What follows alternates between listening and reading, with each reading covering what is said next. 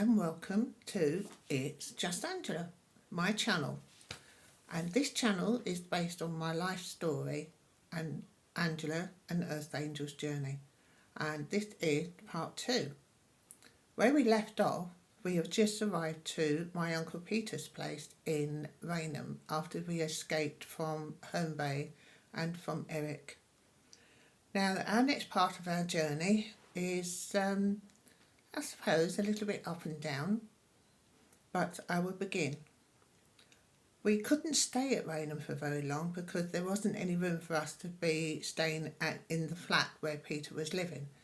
And Peter was married to a German lady and she wasn't really nice and she wasn't very welcoming either. So we ended up going on to the main bus and we had to go from Raynham to Chatham to go back to my Aunt Sandra's house. And she welcomed us with open arms. Now, can you imagine there's a terrace house straight off the street with already there was 4 children there and us 3. So there's 7 children and 3 adults in the house. And just to say there wasn't that much room in there. And we also had to double up in the beds. And it was let's just say fun. And my mum, I believe she slept downstairs in the front room, is what we call the posh parlour, but she was down there. But I must say I was very, very happy living in that house. I was happy living with my cousins and my auntie and my uncle. And I just felt safe. You know, that feeling, you just didn't know why, but I just felt safe. And I had very, very fond memories of that house. And I know I used to sneak downstairs to come dancing, as it was in those days. It was all in black and white. And we were allowed eventually because the parents knew we were there. So we went in and watched it, and with the beautiful gowns, but it was all in black and white. And we used to go down into the town, which wasn't very far, and do our shopping. And us little girls, my cousin and myself, we were allowed to go there on our own. And yeah, very, really happy memories. And there was one particular case where Dale Street was, where we were living, it was in like a valley. Okay, there were steep hills on both sides. And up the top of the hill, which took us up to the main A2 road. I think it was the A2, it was the A229. And anyway, we went up there and there was this empty derelict house. And we used to play in the gardens and that. And we were playing hide and seek. And on this particular day, I hadn't seen this metal pole that was in the garden. And it had a hook on it. And I'd caught my knee and it ripped a hole out of my knee. And you can imagine there was all this blood pouring all over the place. And my cousin, they went running home to go and fetch Uncle Harry. And, you know, because they didn't know what to do. And I couldn't move. As you can imagine, I was screaming my head off. And anyway, Uncle Harry came and got me. And he carried me all the way to St Bartholomew's Hospital, where I had stitches and, you know, and got seen to. He not once stopped. He just carried me all the way. And yeah, so that was a memorable occasion, and I've still got the scars to prove it. And anyway, we were happy, but that happiness wasn't to last for very long. Unfortunately, because the place was so crowded, you know, they had to make a really heart-rending decision that they had to say they were going to throw us out. And because Aunt Sandra and Uncle Harry owned their house, the council wasn't going to do anything to help. So we had to pack our bags again, and technically we were being thrown out. And poor Aunt Sandra, it really did break her heart. But we ended up in a, what do they call it, a hostel for the homeless. And this hostel was in Kings Hill in the outskirts of Westmoreland. And what it was the army barracks. No, it wasn't the army, it was the RAF barracks. and so it was in these huts that we were living in. Now, don't go running away thinking there was primitive huts. They weren't. But there, in these huts, there was living quarters, okay, and we had the very end room, and when we walked in, there was 2 bedrooms, and the leading from the hall, and then you went into the main living room, which had a range, and the furnishings for like the settee and eating and all this, that, and the other. And then there was another bedroom for my mum. And I can remember mum sitting down and absolutely sobbing her heart out. And, I tried to comfort her, but we had to make the most of the situation we were in. And at least it was a roof over her head. There were 2 other families living in their own quarters in this hut, because they were all families of, or rooms of 3s. Anyway, we settled in, and it was like a big adventure for us kids. It really was. And we used to go climbing over the walls into the RAF fields next door, where they had all the derelict empty barracks and all the rest of it. We weren't allowed to go in there, but you try telling us kids we weren't allowed to go in anywhere. And anyway, we had such fun. And we just made it. Like I said, we made the most of it. And we had a long walk to go into Westmoreland Village. Mind you, people really did look down on us because, us common people, how dare they come and sully their village sort of thing, because Westmoreland is a very posh area, and to have us people living, close by, we weren't very welcomed. But hey ho, it's one of those things. And there was a couple of occasions, sad occasions, I think there was 2. There was one particular occasion where a girl got off the bus and she saw her mother right across the road, and she didn't think, and she ran straight across the road and she got killed instantly. And it was a tragic day, and the media got hold of the whole of the story. And not only did the media get involved in this, because what was happening there was the women in the camp, because no men were allowed to stay there. All the men, they were only allowed to be there at the weekend, but they weren't allowed to be there during the week. The women of the camp staged a demonstration, and they were throwing stones at cars, passing cars, and they wanted Mum to take part. Mum refused, and just because she refused, they made her life hell. And they were doing all sorts of different things, but she stood her ground. She wasn't going to be bullied into doing this, throwing the stone. And so, the media were there, and yeah.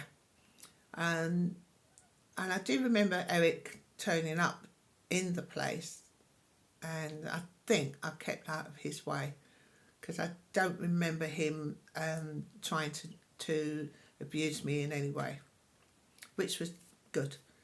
But I did go to a school in Maidstone called Mole Hill Copse, which was, again, it's a school for children with learning disabilities, not learning disability, hearing disability. But mind you, I don't know if I've got a learning disability at the moment. But hey-ho. So I went to that school. It was fine. I mean, again, I was on camera. Because the BBC were doing a special filming of that school for whatever reason, I don't know, but I do remember hanging upside down on monkey bars, and but yeah, that's my only claim to fame. So anyway, we were there for about 3 months, and then we was on the move again. So we packed our cases, and I didn't know where we were going, but we ended up on a 3-bedroom house on the White Road estate in Chatham. And there was a school close by called Glencoe Road School, which I used to go to. And this house has 3 bedrooms, as I said. And when we walked into the house, Mum started shouting. And I thought, whoa, what's she shouting about? And apparently in the kitchen, she saw a spirit. And there was a spirit of an old man sitting in the chair, trousers, braces and vest. And so she told him in uncertain terms to op it, and which he duly did. And on the day that we turned up in this house, a lorry, flatbed lorry, turned up with our furnishings, and they were all second-hand settees, chairs, a television that you had to whack it. What would you have? We had a double bed that my sister and I shared, and David had his own and my mum had her own. And then we had to go down into town to go and buy all the bedding and the pillows and all the rest of it. And yeah, and it was an exciting new beginning. It was a new beginning for us. And so we did. We were very, very happy in that place. Back in those days, the council used to decorate the houses, okay? And there was one particular time where we had a little black kitten. Now, they say black cats are supposed to be good luck, but it wasn't for me. And on this particular day, the man who's come up, had been decorating upstairs, he's been doing the wallpapering, and he was carrying a bucket of wallpaper paste. And I was in front of him, and something made him trip. I think it was this kitten. And 1 minute it was daylight, next minute it was black. And you can imagine, I've got this bucket over my head with wallpaper paste running all down me. I was crying my eyes out. My mum was laughing her head off and trying to say, there. And then I had long, curly brown hair. And can you imagine, wallpaper paste all down my face, and Mum was trying to wash it all out and trying to stop laughing. I was not amused. And whilst we were living there, I had a speech therapist that used to come to the school to help me with my speech. And also, because of the situation we were in, we also had a social worker. Now, this social worker, his name was Mr. Dutton. It was either Dutton or Sutton. I can't remember. And he used to come to the house, and he was take my sister Anne upstairs, and for whatever reason, I don't know. And then when it came to my turn, he took me into my mum's bedroom, which I can never understand why we had to go upstairs and we had to go up there on our own. And so he got me to kneel down in front of the bed and read from the book. And from behind, he was behind me, and he pulled down my knickers and he started rubbing his thing up against my buttocks. And I never said anything, because when you've been abused, you don't realise that you are being abused. It's only later that I found out that what has really been happening and what was going on. So, you know, he put his penis away and he said to me, you've been such a good girl, here's £6, but don't say anything. And, you know, and we now really think about this, and I think nobody should be abused. Nobody. And, you know, to think that someone could turn around and say to you, oh, that person abused you because they were abused themselves. That's bullshit.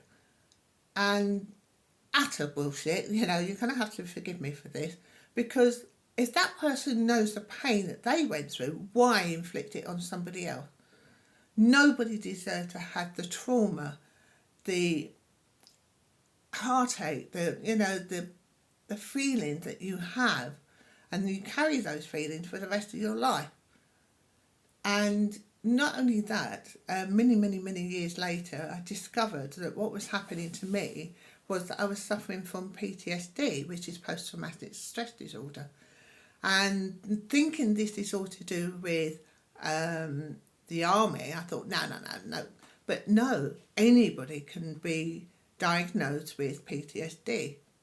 It could be a sound, it could be something you see, it could be a smell, it could be a touch, it could be anything that triggers a reaction, and that reaction makes you lash out, makes you go within yourself, makes you not understand what's really going on.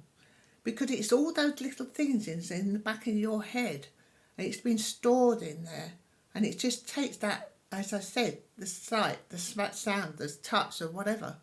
It's there and it's waiting, and it's not until you just recognise this and you get to do something about it, and to get someone to understand and to say, no, you weren't wrong, you're not wrong.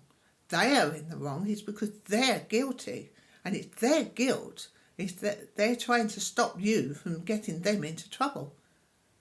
So if anyone is being abused or had been, get help, because it's not your fault. Believe me, it is not your fault. There's the end of that bit. Oh, life continued on, but I will say Eric did turn up at that house once, and he decided he wanted to go to bed, and he, he tried it on again one more time, and that was the last I saw of him until I was about, I suppose 17. And then, as I said, life settled down, and Mum started going to work, and we were very happy. And I will say that we were very happy. And then on Saturdays, we used to have what was called the Saturday morning cinema, and I used to go to the cinema. I used to love it. It was really great fun. And so went to the cinema, and that's when I met. What you do, you meet boys, and I don't know what it is about boys. Why do they think they can take you to the pictures, or take you out, or whatever, and take you up the back row of the pictures and start going into your bra and your knickers? What is it? Why do boys, feel that they have to do all these things? And, it's so bloody wrong. But, again, I didn't recognise for what it was or what it is. And, but it wasn't very nice. But is that their idea of dating? Well, Christ almighty. But, anyway, enough of that. And so I used to go to Saturday morning pictures, and life went on. And then Mum gave birth to another boy, and he was welcomed into the family. And my Uncle Harry used to grow his vegetables in the back of where we lived, because there used to be an allotment. And then I don't know, Mum decided she wanted to move again. So we moved again to, what was it? Wayfield. That's it, Wayfield. And I was growing up. My hormones were coming in. I wanted to leave home. I ran away from home. And as you do, and I got so far, and I thought, it's dark, it's cold, I don't like it out here. So I got a taxi, went all the way home, and promptly got a beating. It wasn't from my mum, which was quite a shock, but I won't say who it's from.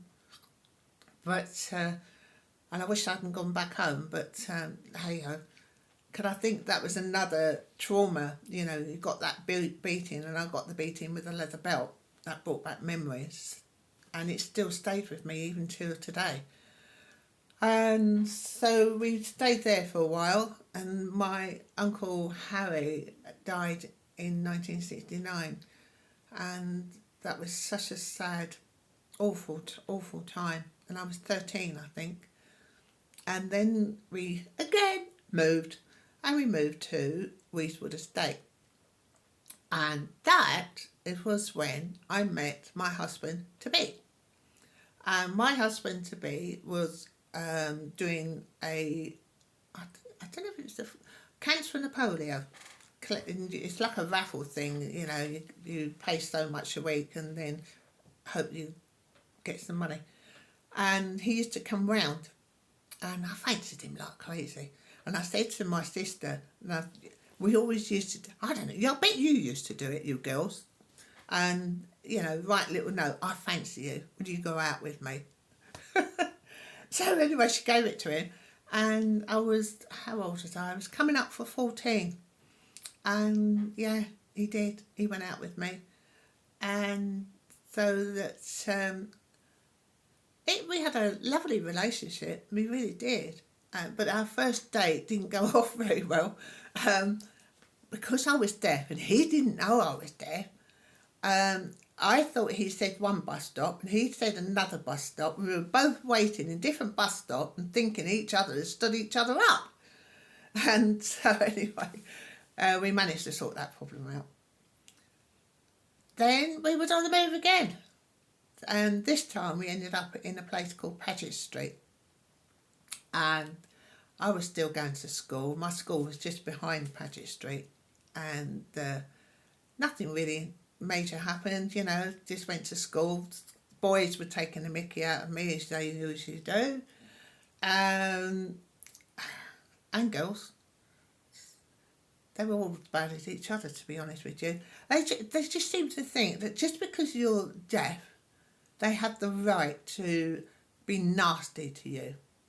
And just because you're different, they have the right to be nasty to you. No, they don't have the right. Nobody has the right to bully anybody. Nobody should be bullied. And but I brushed it off and I did as much as I could at school. And I stayed on an extra year because in those days you could leave when you was 14, 15. So I stayed on an extra year. And I went to college up in London. What a waste of time that was. Travelling all the way to Clapham. I think it was, no, not Clapham, Brixton College, secretarial thing. And I travelled all the way up there, day in, day out. Oh, God, that was a journey. But anyway, I was still courting with Martin. And we got married in 1976. And it was a wonderful day. It really was a wonderful day. And then I will stop there. And if you'd like to subscribe, if you enjoyed this, please subscribe. And I look forward to coming back again and telling you the next part of my journey. And I think the next part is going to be quite sad. Yeah. But subscribe, tell your friend, let everybody know. And the more that we can get this out there, the more that we can tell people about the abuse. Tell people that you don't need to put up with all of this. Need to share, need to talk, need to just to sort of say, hey, it's not you. You're not alone. Thank you for listening.